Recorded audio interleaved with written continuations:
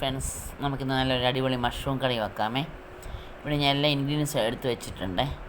ആദ്യം ഒരു ചീഞ്ചട്ടി എടുത്ത് വെച്ചു, എണ്ണ ഒഴിച്ചു, കടുകിട്ടു, പിന്നെ വെളുത്തുള്ളിയും ഇഞ്ചിയും കൂടി ഇട്ടു. അത് നല്ലപോലെ ഗോൾഡൻ കളറായിട്ട് വഴറ്റിയെടുക്കുക. അത് വഴന്നു കഴിഞ്ഞാൽ ഉടനെ തന്നെ ചുവന്നുള്ളിയും പച്ചമുളകും കൊണ്ടിട്ട് കൊടുക്കുക. അത് നല്ലപോലെ ഒന്ന് വഴറ്റിയെടുക്കുക. അത് നല്ലപോലെ വഴന്നു വരുമ്പോഴത്തേക്ക് നമ്മുടെ സവാള അരിഞ്ഞത് ഇട്ട് കൊടുക്കാം. അതും കൂടി ഇട്ട് കൊടുത്ത് നല്ലപോലെ ഇളക്കിയിട്ട് നല്ലപോലെ വഴറ്റി കഴിയുമ്പോൾ നമുക്ക് അല്പം ഉപ്പിട്ട് കൊടുക്കാം. ഉപ്പിട്ട് കൊടുത്ത് എളുപ്പം സവാള അങ്ങ് വഴന്നോളൂ. മഞ്ഞപ്പൊടി, മഷ്റൂം ആയതുകൊണ്ട് മഞ്ഞപ്പൊടി നല്ലപോലെ ചേർക്കണം. അതിനോട് തക്കാളിയും കൂടെ അങ്ങ് ചേർത്ത് കൊടുത്തു. ഏകദേശം നല്ലപോലെ വരുന്നുണ്ട്. നല്ലപോലെ വഴന്നോട്ടെ.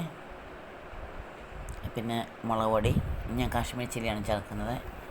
കാശ്മീരി ചില്ലി, പിന്നെ ഗരം മസാല, കുരുമുളക് പൊടി, ഇതെല്ലാം കൂടി ചേർത്ത് നമുക്കൊന്ന് ഇളക്കാം. നല്ലപോലെ മുളകിൻ്റെ കൊത്തിൽ മാറുന്ന ഇളക്കിയിട്ട് മഷ്റൂം കൂടി ഇട്ട് കൊടുത്ത് നല്ലപോലെ ഇളക്കാം. മഷ്റൂം കൂടി ഇട്ട് നല്ലപോലെ ഒന്ന് വഴറ്റിയെടുക്കാമേ. ഏകദേശം നല്ലപോലെ വഴന്നിട്ടുണ്ടല്ലോ.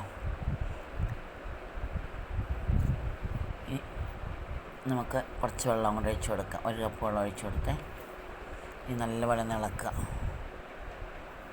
ഉപ്പ് അവനവൻ്റെ ആവശ്യത്തിനനുസരിച്ച് ഇടുക. എന്നിട്ട് ഇച്ചിരി വെള്ളം ഒഴിച്ച് കൊടുത്ത് ഒന്ന് വേവാൻ വേണ്ടി. ഇത് ചപ്പാത്തിക്ക് ഉണ്ടാക്കാൻ വേണ്ടി ഇച്ചിരി ഗ്രേവി വേണ്ടിയതുകൊണ്ടാണ് ഇത്രയും ഉണ്ടാക്കിയത്. ഇല്ലാതെ വഴറ്റി വേണമെങ്കിൽ നമുക്ക് എടുക്കാം. ഇങ്ങനെ അത് തിളയ്ക്കാൻ വിടുക. നല്ലപോലെ 2-3 തിളയ്ക്കുമ്പോൾ മഷ്റൂം പെട്ടെന്ന് അങ്ങ് വെന്തോളും.